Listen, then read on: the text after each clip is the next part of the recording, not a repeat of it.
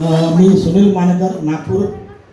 आमचे मित्र देवेंद्रजी यांच्यामार्फत रियाशी जोडलो आणि नेहमीप्रमाणे आपण वाट पाहतो आणि जॉईनिंग केल्यानंतर त्याचे अनुभव घ्यायसाठी किंवा जे मग एक दिवशी पुन्हा भेटलो आम्ही आणि त्यानंतर जे त्यांनी सांगितले हे काम करा तुम्ही हे यांचं अमृत ज्यूस वापरून बघा.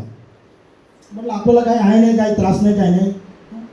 तरी पण म्हटलं चला मी घरी फॅमिलीमध्ये चालू केलं. नॅचरली 40शी नंतर आपल्याला एक चष्मा असतो आणि जो जवळचा चष्मा जो असतो ना रीडिंगचा चष्मा. 8व्या दिवशी अचानक मला बारीक अक्षर दिसायला चालू आले. म्हणजे हे असं कसं होतं म्हणून मला बारीक अक्षर म्हणजे दिसतच नव्हते अक्षरशः. त्यामुळे ते अंधूक दिसायचं सगळं असं धुक्यासारखं. मग 12व्या दिवशी पुन्हा मी प्रयत्न नाही म्हटलं काहीतरी असं नाही इतक्या लवकर काही आपल्याला ते डोक्यातच नव्हतं ना, आपल्याला काही नाहीच आहे त्रास, आपण फक्त ज्यूस घेतो म्हटलं घेऊन बघूया. 12 दिवशी पुन्हा प्रयत्न आला, बघितलं तर अजून बारीक अक्षर दिसणं चालूच आहे.